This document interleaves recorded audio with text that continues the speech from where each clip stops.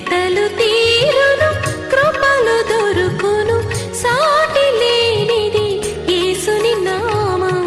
యేసునామమే మధురం, మదిలో తలచిన ధన్యం. యేసునామమే మధురం. ప్రభువు నందు ప్రియ దేవుని బిడ్డలారా, నేటి వాక్య ధ్యానము కొరకు ప్రార్థన చేద్దాం. మమ్మలను మిక్కిలిగా ప్రేమిస్తున్న మా ప్రియ పరలోకపు తండ్రి, మీ పరిశుద్ధ గణనామమునకు వందనాలు, స్తోత్రాలు. నేటి వాక్య ధ్యానము ద్వారా మాతో మాట్లాడమనవి. మా రక్షకుడా, ఈనాటి శ్రోతలు వాక్యము చేత దీవెన పొందుటకు, హెచ్చరిక పొందుటకు సహాయము చేయండి. మహిమ పొందండి. ప్రతి అవసరం క్రీస్తు నందు తీర్చండి. యేసు నామమున వేడుచున్నాము తండ్రి, ఆమెన్. ప్రభువు నందు ప్రియ దేవుని బిడ్డలారా, ఫిలిప్పీ పత్రిక 2వ అధ్యాయము 25వ వచనము నుండి వాక్యాన్ని గమనిద్దాము. ఫిలిప్పీ పత్రిక 2వ అధ్యాయము 25వ వచనము. మరియు నా సహోదరుడును, జతపనివాడును, నా తోడి యోధుడును, మీ దూతయును, నా అవసరమునకు ఉపచరించిన వాడును అయిన ఎపెఫ్రోదితును మీ యొద్దకు పంపుట అగత్యమని అనుకొంటిని. ఎపెఫ్రోదితు ఇతడు ఈ ఫిలిప్పీ సంఘం యొక్క కానుకలను ఫిలిప్పీ సంఘస్థుల యొద్ద నుండి తీసుకొని చెరసాలలో ఉన్న పౌలును ఆదరించటానికి వచ్చినవాడు. ఇతనికి పౌలు 5 రకాల టైటిల్స్తో మాట్లాడుతున్నాడు. 5 రకాలైనటువంటి సంబంధాలు చెబుతున్నాడు. ఒకటి, నా సహోదరుడు, నా సహోదరుడు, మై బ్రదర్. 2, నా జత పనివాడు, మై ఫెలో వర్కర్. 3, నా తోటి యోధుడు, నా తోటి యోధుడు, my fellow soldier.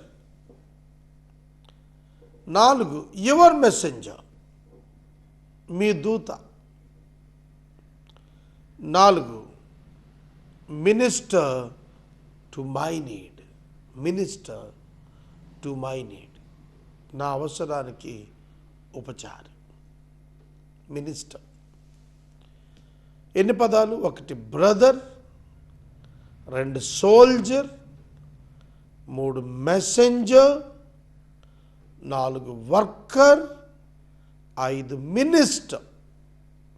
5 different actions of Epaphroditus recognized. Epaphroditus యొక్క 5 రకాలైనటువంటి పరిస్థితులు పౌలు ఎక్స్ప్లెయిన్ చేస్తున్నాడు. తనతో ఉన్న రిలేషన్షిప్ బ్రదర్హుడ్, బ్రదర్హుడ్.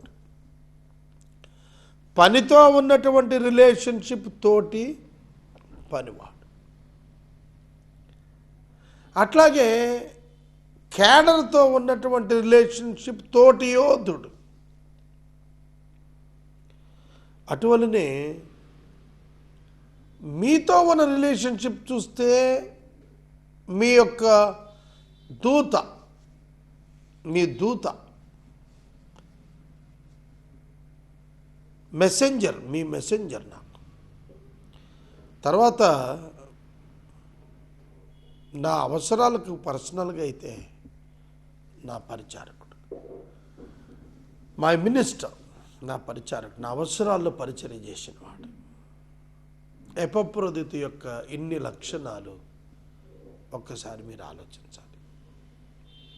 ఇవాళ మన జీవితంలో ఎపఫ్రోదితు వంటి ఒక వ్యక్తి ఉంటే ఎంత బ్లెస్డ్ మనం, ఎంత దీవించబడ్డాం. ఒక సహోదరునిగా ప్రేమను పంచగలిగే ఒక మహోన్నత వ్యక్తిత్వం ఎపఫ్రోదితు కలిగి ఉన్నాడు. సహోదరుడు అంటే సహోదరుడు, ఒక తల్లి గర్భం నుండి వచ్చినటువంటి వాడు. అదే తల్లి గర్భం నుంచి వచ్చిన మరొకరిని సహోదరుడు అంటారు.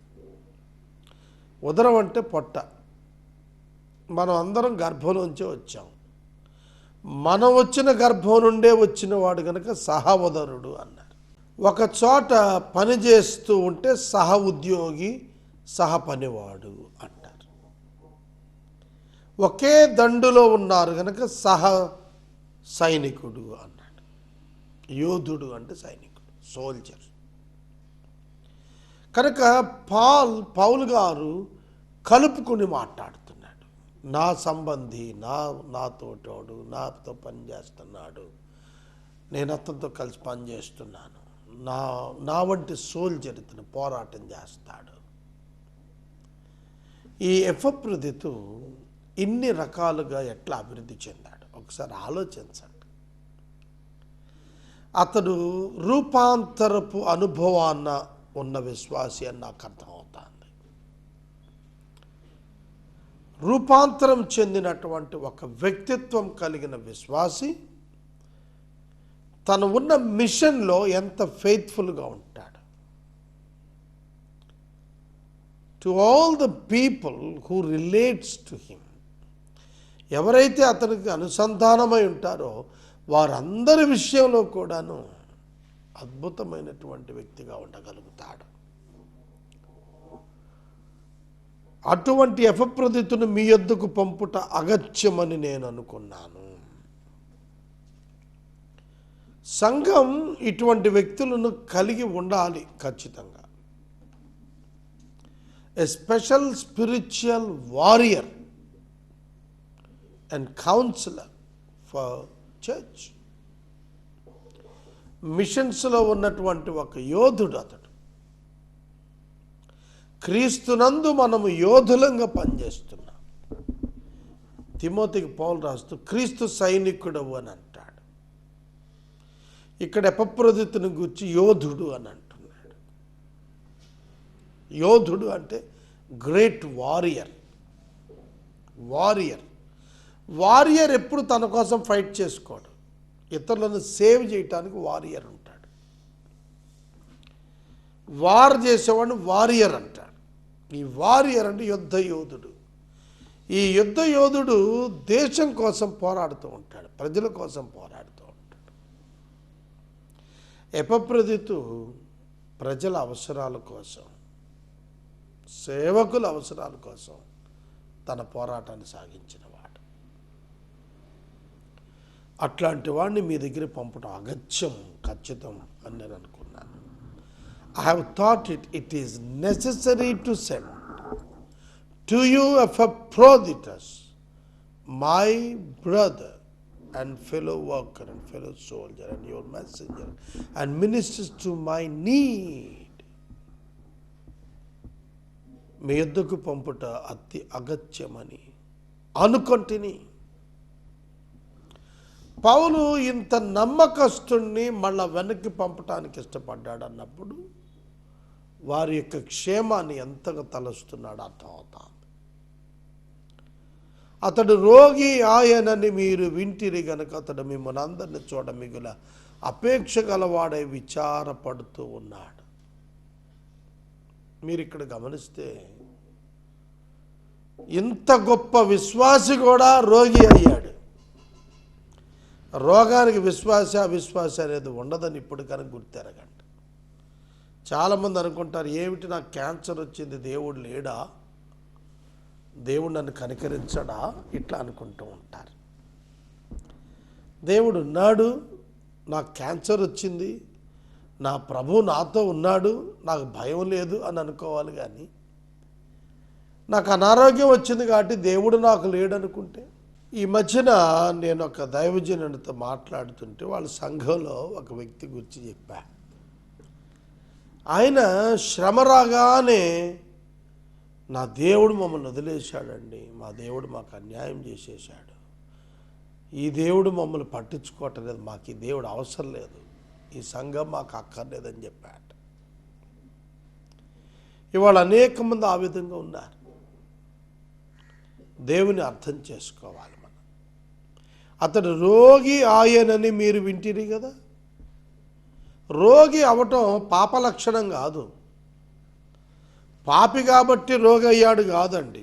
పాపి కాబట్టి రోగి అయ్యాడు కాదు. మానవుడు కాబట్టి రోగి అవుతున్నాడు.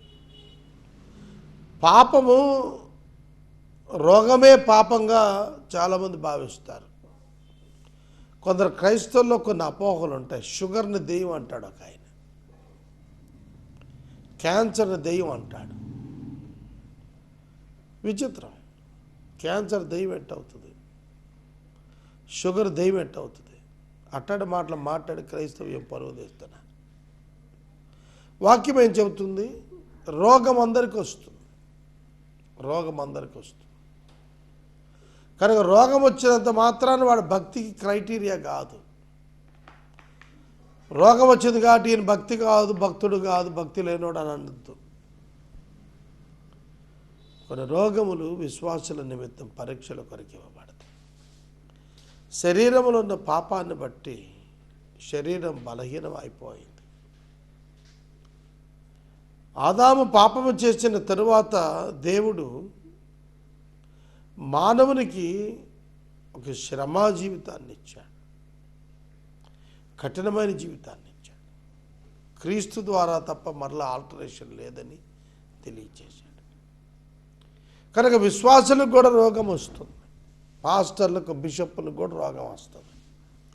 రోగానికి విశ్వాసానికి లింక్ పెట్టి మాట్లాడద్దు తెలియకుండా. ఇది హెచ్చరిక. అతడు రోగి ఆయనని మీరు వింటిరి గనుక అతడు మిమ్మల్ని చూడాలని మిక్కిలి అపేక్ష కలిగి విచారిస్తున్నాడు, బాధపడుతున్నాడు. మిమ్మల్ని చూడాలంటున్నాడు. ఎంత మంచి మాట అండి ఇది. మిమ్మల్ని అందరినీ చూడాలని అపేక్ష కలిగి ఉన్నాడు. ఇది ఒక మంచి కితాబు. మిమ్మల్ని అందరినీ చూడాలనుకుంటున్నాను అన్నాడు. మా అమ్మ చనిపోయి 2 సంవత్సరాలు. ఆవిడ చివరి 2-3 ఇయర్స్లో ఎవరైనా రిలేటివ్స్ని చూడాలనిపిస్తే ఆవిడ ఫోన్ చేసి, అరే మిమ్మల్ని చూడాలనుందిరా నాకు అనేది. ఏవైనా ఫంక్షన్స్ ఉంటే ఆవిడ హెల్త్ కోఆపరేట్ చేసేది కాదు, కానీ మమ్మల్ని అడిగేది, అరే నన్ను కూడా తీసుకెళ్ళండి రా. నేను చెప్పాడమ్మా, మీరు వస్తే అక్కడ కొంచెం మీకు ఇబ్బంది అవుతుంది, మీ వల్ల వాళ్ళకు కూడా ఇబ్బంది అవుతుంది, ఆ ఫంక్షన్ కంటే ఒప్పుకునేది కాదు. లేదు తీసుకెళ్లాల్సిందే. నాకు అప్పట్లో గుడ్ సమ్మరిటన్ అంబులెన్స్ ఉండేది, Eeco branded new Maruti ambulance ఉండేది నా దగ్గర, పెట్రోల్ వెహికల్. మా అమ్మగారిని ఆ వెహికల్లో, అంబులెన్స్లో పడుకోబెట్టి కూడా కొన్ని పరిస్థితులు నేను తీసుకెళ్ళాను. పడుకోబెట్టి కూడా కొన్ని ప్రాంతాలకు తీసుకెళ్ళి, ఎందుకంటే she wants to see her own people, తన సొంత వాళ్ళని చూడాలనుకుంది. ఇప్పటికీ మా ఫాదర్ ఏమైనా ఫంక్షన్స్ ఉంటే తీసుకెళ్ళండి నన్ను, నేను అందరిని చూడాలి, చూస్తాను, అందరిని కలిసినట్టు ఉంటుంది, మాట్లాడినట్టు ఉంటుంది అంటాడు. అపేక్ష, నియర్ అండ్ డియర్, సొంత వాళ్ళు చూడాలని ఒక అపేక్ష ఉంటుంది. మనకు కూడా ఉంటుంది కదా. మా ఇంటి దగ్గర మా మేనమగవాడ కొడుకు ఒక బాబు ఉన్నాడు, ఆర్యన్ డానియల్. వాడు పొద్దున్నే లేచి నన్ను తాత దగ్గర తీసుకెళ్ళమంటాడు, సాగర్ తాత దగ్గర తీసుకుపోనన్ను అంటాడు. వాడిని చూడాలి, నాకు కూడా ఒక అపేక్ష ఉంటుంది. నేను కూడా వెళ్ళాను, చూసి వస్తాను. వాడు ఒకరోజు కనపడకపోయేటప్పుడు మళ్ళా వెళ్ళి చూసి వస్తాను, ఎక్కడున్నాడు వాడని చెప్పి అడిగి వెళ్తుంటాను. ఇది ఈ బంధం అనేది, ఒక బాండేజ్ అనేది, ఒక బాండ్ ఏర్పడటం అనేది చాలా అద్భుతమైనటువంటి సన్నివేశం. ఎపఫ్రోదితు యొక్క బాండ్ రిలేషన్షిప్ కోసం లేదు, నాకులాగా మీకులాగా, మా మదర్ లాగా, మా ఫాదర్ లాగా. ఈయన యొక్క బాండ్ ఏంటంటే విశ్వాసులను కలుసుకోవాలి, విశ్వాసులను చూడాలి, విశ్వాసులతో మాట్లాడాలి. స్నేహితులతో కాదు, విశ్వాసులు, సంఘము. ఆ బాండ్ వాళ్ళు క్రియేట్ చేసుకోగలిగారు. ఇవాళ ఉందా అటువంటి బాండ్? ఒకసారి ఆలోచించేద్దాం. ఆర్థిక లాభాలు ఉన్న చోటే మనుషులు కలుస్తున్నారు తప్ప ఆప్యాయత, బాంధవ్యాలు ఇక్కడ కనపడటం లేదు. ఈ రోజులు అట్లా అయిపోయాయి. సహోదరుడా, సహోదరి, అతడు మిగులు అపేక్ష కలిగి ఉన్నాడు. సిక్కైన తర్వాత మరీ ఎక్కువగా మిమ్మల్ని చూడాలనే తపన అతనిలో పెరిగింది. అతను విచారిస్తున్నాడు. అయ్యా, చాలా బాగా ఆలోచిస్తున్నాడు. మిమ్మల్ని చూడాలని పదే పదే అనుకుంటున్నాడు. అతన్ని మీ దగ్గరికి పంపాలనుకున్నాను, కానీ అతడు రోగి అయి ఉన్నాడు. అయితే ఏం జరిగింది చెబుతున్నాడు. నిజముగా అతడు రోగి అయి చావునకు సిద్ధమైపోయాడు. కానీ దేవుడు అతను కనుకరించాడు. అతను మాత్రమే కాదు, దుఃఖం కలగకుండా ఉండటానికి నన్ను కూడా కనుకరించి వాడిని బతికించాడు. ఎపఫ్రోదితు రోగి అయి స్వస్థత పొందినప్పుడు పౌలు ఊరట చెందాడు, పౌలు ఆదరణ పొందాడు. నాకు దుఃఖం కలుక్కోకుండా దేవుడు అతను కనికరించాడు అని చెప్పుకున్నాడు. ఎటువంటి కైండ్ అండ్ గుడ్ హార్ట్ అండి ఇది! ఎటువంటి మంచి దయ కలిగిన హృదయం ఇది! Very great and kind heart. చాలా ఉన్నతమైనటువంటి హృదయం అది. కాబట్టి మనం ఇక్కడ వ్రాసిన మాట ప్రకారం ఆలోచిస్తున్నప్పుడు దేవుడు కనికరించెను. ఈ రోగిని దేవుడు కనికరించి మరణానికి అప్పగించకుండా బ్రతికించాడు. మరణము తప్పించుట యెహోవా వశం. దేవుని వశం మరణం తప్పించటం, మరణం ఇవ్వటం కూడా దేవుని వశమే. చాలా సందర్భాల్లో మనం దేవుని చేత కనికరం పొందాలని ఆశపడుతుంటాం. మనం బలహీనంగా ఉన్నప్పుడు దేవుడు ఖచ్చితంగా తన యొక్క కనికరాన్ని చూపిస్తాడు. దేవుడు అతనిని కనికరించాడు. చావునకు సిద్ధమైపోయిన వాడిని దేవుడు కనికరించాడు.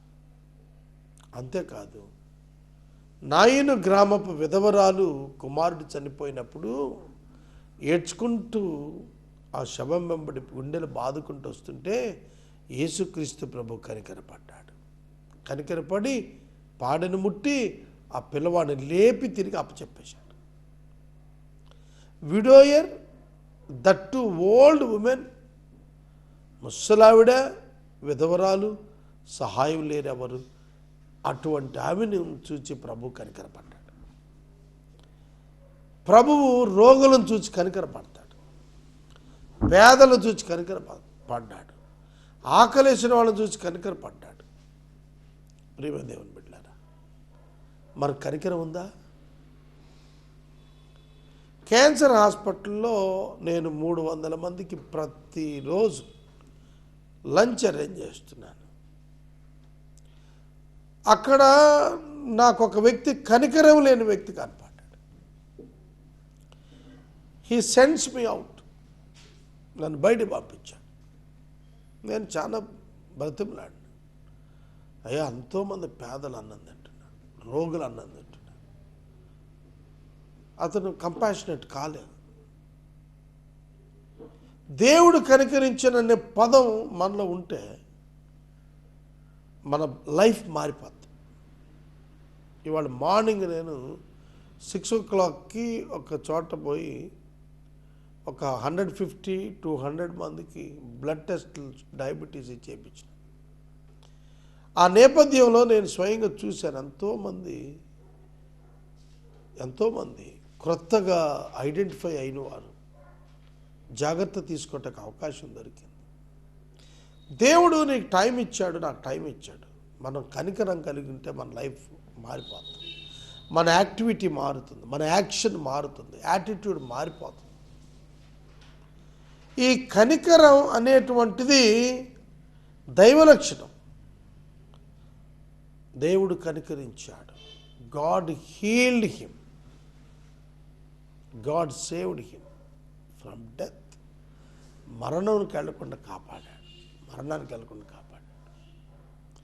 దేవుడు అతన్ని కనికరించాడు. అతన్నే కాదు, నన్ను కూడా కనికరించాడు. ఎందుకంటే నేను ఏడుస్తాను కదా ఆయనకి ఏమన్నా అయితే, నేను బాధపడతాను కదా ఆయనకి ఏమన్నా అయితే, కానీ నన్ను కూడా కనికరించాడు. ఇది ఎంత గొప్ప స్టేట్మెంటో తెలుసా మీకు? అవతల వ్యక్తికి స్వస్థత వస్తే యువతల మరొక వ్యక్తి ఆనందపడుతున్నాడు, దేవా నీ కనికరం నా పట్ల చూపావు, నా సహోదరుని కాపాడావు, బతికించావని. అది రియల్ రిలేషన్షిప్ అండి. వాడికి ఏమైపోతే నాకేంటి అనుకునేవాడు క్రైస్తవుడు కానే కాదు. వాడికి ఏమైపోతే నాకేంటి అన్నవాడు అసలు క్రైస్తవుడు కానే కాదు. ఆయన పేరు ఏమైనా క్రైస్తవుని పేరు పెట్టుకునేవాడు, ఏ చర్చ్ కన్నా వెళ్ళేవాడు, వాడు క్రిస్టియన్ కాదు. కన్సర్న్, కంపాషన్ లేనివాడు క్రీస్తుకు రిలేటివ్ అవుతాడండి, రిలేటెడ్ అవుతాడు కాడు. క్రీస్తుకు అనుసంధానమైన వాడు గొప్ప భాగ్యం కలిగి సేవ చేస్తాడు. ఎపఫ్రోదితును వారి యొద్దకు పంపినప్పుడు మీరు అతనిని చూచి మరలా సంతోషించు నిమిత్తమును నాకున్న దుఃఖము తగ్గు నిమిత్తమును. ఎందుకంటే వారి యొద్ద నుండి పంపబడి తన యొద్దకు వచ్చి తనను ఆదరించి వెనక్కి వెళ్ళి సమాచారం చెప్పాల్సినోడు సిక్కైపోయాడు. వాళ్ళ యొద్దకు మరలా తింపి పంపాల్సిన బాధ్యత ఉంది కాబట్టి మరలా తిరిగి తిమోతితో పాటుగా వెనక్కి పంపిస్తూ మీరు కూడా మరలా సంతోషిస్తారు అతను చూసని, దాని ద్వారా నా దుఃఖం తగ్గుతుంది అని చెప్పి నేను అనుకుంటున్నాను అని అన్నాడు. ఇది సెంటిమెంట్ కాదండి, ట్రాన్స్ఫర్మేషన్, రెస్పాన్సిబిలిటీ, ఒక ఫీలింగ్, ఒక కమిట్మెంట్, ఒక డెడికేషన్. ఇవి లేకుండా క్రైస్తవుడు ఎట్లా అవుతామండి? సహాయం పట్టుకొచ్చాడు, ఇచ్చాడు, ఆ సంగతి నాకు తెలియదంటే ఎట్లా? కనుక ఒక చక్కటి ప్రేమ వారి మధ్యన, సంఘం మధ్యన, సేవకుని మధ్యన, సంఘం నుండి బయలుదేరి వచ్చిన విశ్వాసుల మధ్యన, అందరి మధ్యన కనిపిస్తుంది. ఇవాళ సంఘాల్లో ఇది కనపడటం లేదు. ఒకరు దుఃఖపడటం, ఒకరిని ఒకరు ప్రేమించి వారికి సహాయం చేయటం, వారి పట్ల కనికరం చూపించటం ఇవాళ ఎక్కడ కనపడటం లేదు సంఘాల్లో. ఒకరిని చూసి ఒకరు ఆనందించటం, ఒకరి బాగోగులు తెలుసుకుని మరొకరు విశేషంగా సంతోషించటం, ఇవి ఎందుకనండి సమాజంలో ఇప్పుడు కనపడలేదు? బోధకులుగా మాదే తప్పు, మేము వాటిని గురించి సంఘాల్లో మాట్లాడటం లేదు. న్యూ టెస్టిమెంట్ చర్చి, కొత్త నిబంధన సంఘం ఒక శరీరం, మనంతా అవయవాలు, ఒకరికొకరు అతుకబడిన వారం తప్ప అసహజత్వం, దూషణ పర్వం, ద్వేష పర్వానికి చోటు ఎక్కడుంది? ఇవాళ అన్నీ కనిపిస్తున్నాయి సంఘాల్లో, లోపాలు అవన్నీ కూడా. నా ఎడల మీ ఉపచర్యలో ఉన్న కొదువును తీర్చటానికి అతడు తన ప్రాణాన్నైనా లక్ష్య పెట్టక క్రీస్తు యొక్క పని నిమిత్తం, చావు నిమిత్తం సిద్ధమై ఉన్నాడు. ఏంటండి ఒకళ్ళ మించి ఒకళ్ళ గురించి మాట్లాడుతున్నాడు పౌలు? చావుకైనా తెగిచ్చేస్తాడు మీ నిమిత్తం, ప్రభు నిమిత్తం. కొదువ తన పరిచర్య ద్వారా తీరుస్తాడు. పరిచర్యలోని కొదువులను తీర్చేటువంటి వాడుగా పరిచర్య చేస్తాడు. ప్రభు కొరకు అయితే ప్రాణాన్నైనా సరే ఇచ్చేస్తాడు, పని నిమిత్తము ప్రాణాన్నైనా త్యాగం చేస్తాడు. అంత గొప్ప వ్యక్తిత్వం గలవాడు కనుక పూర్ణానందంతో ప్రభువునందు అతన్ని చేర్చుకున్నట్టు వాడిని కనపరచండి. అతను ఎందుకు కనపరచాలంటే అతని యొక్క యాటిట్యూడ్ని బట్టి కనపరచాలి. ప్రాణం పెట్టడానికి వెనకాడినోడిని గౌరవించకపోతే, చేర్చుకోకపోతే ఇంకెవరిని చేర్చుకుంటావా? రెడీనెస్, సిద్ధపాటు కలిగిన వ్యక్తిని చేర్చుకోకపోతే ఇంకెవరిని చేర్చుకుంటావు? చెప్పాలి. తన ప్రాణాన్ని లక్ష్య పెట్టని వ్యక్తి ఇవాళ ఎంతమంది ఉంటారు? సంఘం కోసం, క్రీస్తు కోసం తను నమ్మినటువంటి ప్రభువు కోసం ప్రాణాన్ని లక్ష్య పెట్టక నిలబడినటువంటి తరం మొదటి క్రైస్తవ తరం. అందుకే ఆనాడు క్రైస్తవ్యం 3వ శతాబ్దానికే విశ్వమంతా చేరిపోయింది. ఇవాళ భారతదేశంలో ఇప్పటికీ 60-70 సంవత్సరాలుగా 2%, 3% అని అంటే కారణం ఏంటి? క్రైస్తవ్యంలో ఆ ప్రేమ బంధం, ఆ కనికరం అనేటువంటి భావన, ఈ మంచి గుణలక్షణాలన్నీ మిస్ అయిపోయాయి, ఆవిరైపోయాయి, కనబడటం లేదు. కాబట్టి వాక్యం వింటున్న ప్రతి ఒక్కరిని నేను మనవి చేస్తున్నాను, అట్టివాడిని ఘనపరచమన్నాడు. ఎట్టివాడు? తమకు పరిచర్య చేసిన వాడు, మంచి యాటిట్యూడ్ కలిగిన వాడిని ఘనపరచమన్నాడు, చేర్చుకోమన్నాడు, ఆనందంగా చేర్చుకోమన్నాడు, పూర్ణ ఆనందంతో చేర్చుకోమన్నాడు, క్రీస్తుని బట్టి చేర్చుకోమన్నాడు. ఇవాళ మనం ఒకళ్ళు చేర్చుకుంటే మనం నష్టపోతామని ఆలోచన చేస్తాం. మనం ఒక అతిథి మన దగ్గర ఉండిపోతే ఖర్చు ఎంత అవుద్దని భయపడతాం మనం ఇవాళ. కానీ అలా కాదు, పౌలు చెప్తుంది, చేర్చుకోండి అతనికి ఆదరణ కలిగించండి. కనుక ఎపఫ్రొదితుని గూర్చి 25వ వచనం నుండి 30వ వచనం వరకు ప్రభువు అద్భుతమైన మాటలు వ్రాయించాడు. సువార్తలో సహకారిగా, పౌలు గారికి సహాయకునిగా ఫిలిప్పీ సంఘం నిలిస్తే ఫిలిప్పీ సంఘ సహాయాన్ని పౌలుకి అందించిన వాడిగా ఎపఫ్రొదితు కనబడుతున్నాడు. మనం కూడా ప్రభు పరిచర్యలో ముందుకు సాగాలి. అట్టి కృప ప్రభు మీకు దయచేయాలి. ప్రార్థన. మమ్మలను మిక్కిలుగా ప్రేమిస్తున్న మా తండ్రి, మీకు వందనాలు, స్తోత్రాలు. నేటి వాక్య ధ్యానము ద్వారా ప్రభు మమ్మల్ని ఆశీర్వదించారు. మీ కృప యొక్క ఔన్నత్యం మాకు ఇచ్చారు. మీకు స్తోత్రం. ఘనత, మహిమ, ప్రభావాలు మీరు పొందండి. మీ చేతులకు మమ్మల్ని అప్పగించుకుంటున్నాం. విన్న వాక్యం ఫలింపు దయచేయండి. యేసు నామమున ప్రార్థిస్తున్నాం తండ్రి, ఆమేన్. తండ్రి దేవుని ప్రేమ, కుమారుని యేసయ్య కృప, పరిశుద్ధాత్మ దేవుని యొక్క అన్యోన్య సహవాసం సదాకాలం మనందరికీ తోడైనను గాక. ఆమేన్.